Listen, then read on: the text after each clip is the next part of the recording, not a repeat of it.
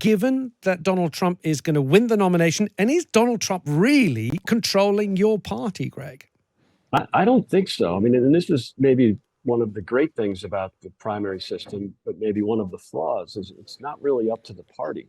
There is no party elder, or party elders, plural, that sit in a room and decide who's going to be the candidate or who we're going to support. It's really run by the voters.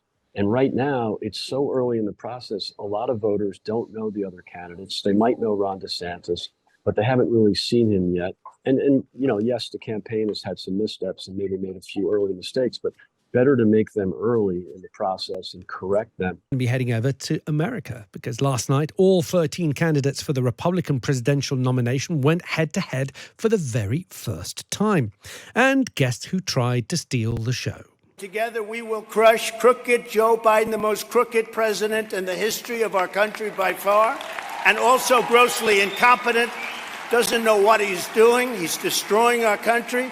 We will win the election big, and we will make America great again. Thank you. Thank you very much.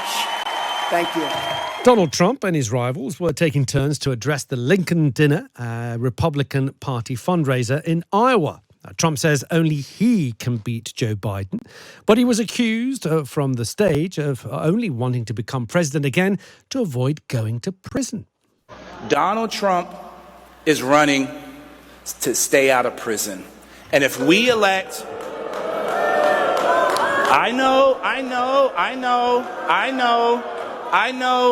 Listen, I know the truth. The truth is hard. And that was Will Hurd being booed there in the fundraiser. How's this all going down with the party faithful, though? Greg Swenson is chair of Republicans Overseas, and he joins me now. Greg, good afternoon. Great to see you, Alexis. Greg, what's the state of the Republicans at the moment? You've got all the presidential nominees, hopefuls getting together. What's the feeling amongst the Republican Party? What is the mood? I think the mood is optimistic. If we can get through this primary cycle and kind of weed out the candidates that don't have a hope of winning and consolidate around a candidate who has a chance of winning. And so this, unfortunately right now, it looks like 2016 again, where you have Trump versus the field. The field splits the non-Trump vote, and therefore Trump can win by only winning 35% of the votes in primary states, because the other 65% is split by 10 or 12 different candidates. So I don't think they'll make that mistake again. Hopefully they can do, in some ways what the Democrats did in 2020, where, after Biden came in fourth in Iowa and fifth in New Hampshire, the Democratic Party leaders sat down and said, this is not going to work. Bernie Sanders, sorry, but you're out. And everyone's got to drop out and consolidate around Joe. I'm not advocating doing the exact same thing, but I think the only chance this becomes a competitive primary cycle is to have some consolidation. And I don't imagine a lot of these candidates will make the same mistake that was made in 2016, where they hung on when they had no realistic chance of winning.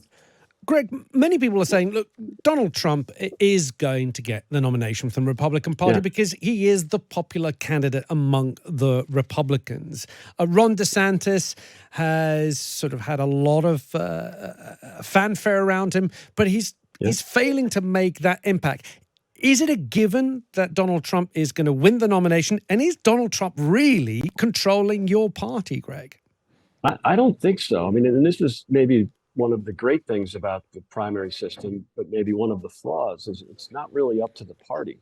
There is no party elder, or party elders, plural, that sit in a room and decide who's going to be the candidate or who we're going to support. It's really run by the voters. And right now, it's so early in the process, a lot of voters don't know the other candidates. They might know Ron DeSantis, but they haven't really seen him yet. And yes, the campaign has had some missteps and maybe made a few early mistakes, but better to make them early in the process and correct them. I think dinners like last night, and then you, of course, have the first debate on August 23rd. That will bring the American people, a bit more information about the candidates. And even DeSantis, I think, will bounce back. And remember, he got back to, he was down to like maybe -10 or -13 versus Trump only 6 months ago. And then when the indictments started, the Alvin Bragg indictment followed by the federal indictments, that really bumped up President Trump's numbers, his polling numbers, as well as his fundraising. So, he's taken advantage of that. And I think that's artificial. I don't think that's necessarily going to stick. But then again, there's no doubt he's leading right now. But again, it's early in the process. And hopefully, for the sake of the party and the country, there is a robust primary and caucus cycle where voters can really make the decision. Greg, I want to get to the Trump charges in just a moment, but let's talk a little bit about something that for us here in the UK is a little bit unfamiliar, but you've mentioned it there, this whole idea of fundraising, the power that these candidates have to raise money in order to fund their presidential campaign. Now, DeSantis, if I'm correct, has been raising more cash than Trump, but that doesn't necessarily mean that puts him in a better position. That's correct. I mean, you still have to have an appeal to the grassroots and an appeal to everyday voters, not just the donor class. Now, Governor DeSantis has done a great job fundraising, which tells me he's got a credible chance, because you have to be able to fundraise. I think the challenge for the DeSantis campaign was that they were spending it so quickly. Right. And I think that was a mistake.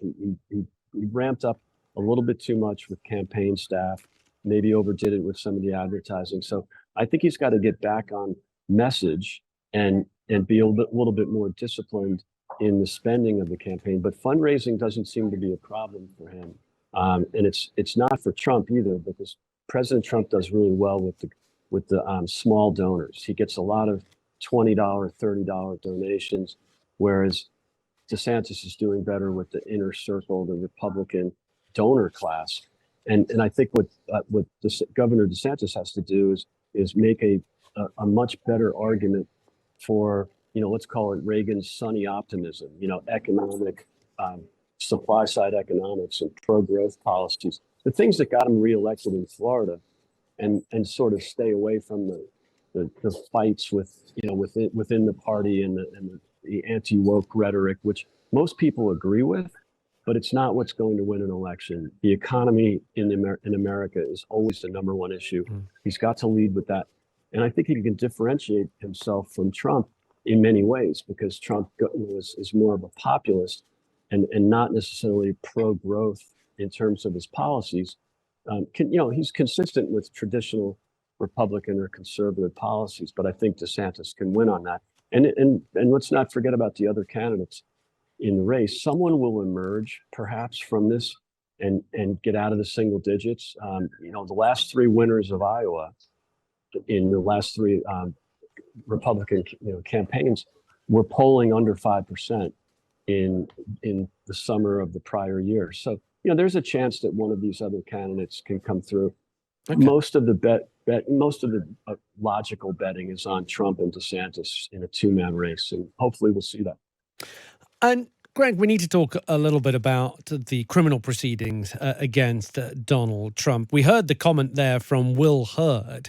He was being booed in the fundraiser in the hall at the Lincoln dinner for saying that Trump is only running in order to avoid a potential prison sentence. Now, of course, these are all allegations that Donald Trump is denying, although there are some new allegations that he instructed some Mar-a-Lago staff to delete CCTV footage that showed some of the presidential files being moved across. You and I have talked about this before. Normal rules don't apply to Donald Trump. Something that could be catastrophic for a politician's career. I'm thinking of the behind-the-scenes tapes in the 2016 election, that recorded conversation. We don't need to repeat it here. But things like that would have ended people's careers forever. They don't seem to touch Donald Trump, but could this be different? I mean, these are very serious allegations, some of which carry a prison sentence. That's a great point, Alexis. And I think you're right. Some of these things are credible. This is different than the Alvin Bragg indictment, which even people on the left realized was kind of a hoax, or at least, at the very least, a grotesque exaggeration of the New York state law. So those things really helped him. The Alvin Bragg indictment, especially, he got a huge bump in both poll numbers as well as fundraising. Whereas the federal indictment, he got a bump from it. And perhaps because this has been going on for 7 years, starting with the Russia collusion hoax and the first impeachment, people are sort of seeing this two-tiered justice system and, the weaponization of the justice system. So that benefits Trump, especially in the near term. The question is, does this one have a little more meat on the bone? I think it does. I think there are some items in the indictment that could be very, very critical in the general election. So I think, but politicians like William Hurd have to be careful. They can criticize Trump on issues. I think Trump stuck with Fauci way too long. I think President Trump was careless with deficit spending. He didn't address entitlement reform. There's all kinds of reasons traditional conservatives like me would have criticisms of President Trump. However, you can believe in two things. You can believe that Trump is not the right candidate or that he's got some flaws, but at the same time understand that this weaponization of the justice system is not good for America. It's not good for anybody. And so, that's where I think William Hurd made a mistake, is it appeared like he was saying that these indictments were a good thing. And that's not the sentiment of the Republican voters at the grassroots level. But the other thing I should point out, Alexis, is in 2016, people didn't care about Trump's flaws. He was unfiltered. He was undisciplined. He made some mistakes. He had some baggage, and they just didn't care because they were so frustrated with the what I'll call country club Republicans, the establishment Republicans that had failed, that had been elected, but failed to actually do anything. And so they didn't care about all his flaws. The difference now is the other candidates, like DeSantis especially, they're kind of fighter, the fighter, pushback, punchback type Republicans in this new generation. Most of the candidates are Tea Party generation Republicans that were elected in 2010 or later. And so it's not Trump versus the establishment like in 2016. It's Trump versus a new generation of Republicans, some of whom, like DeSantis, even Mike Pence, are actually much more traditional conservatives, but are willing to punch back when confronted by dishonesty from the media or dishonesty from the left. So this is a different cycle 8 years later. Okay. Greg, I'll look forward to seeing what happens. I'm sure we're going to talk about it in the months to come. Thank you so much. Greg Swenson there, chair of Republicans Overseas.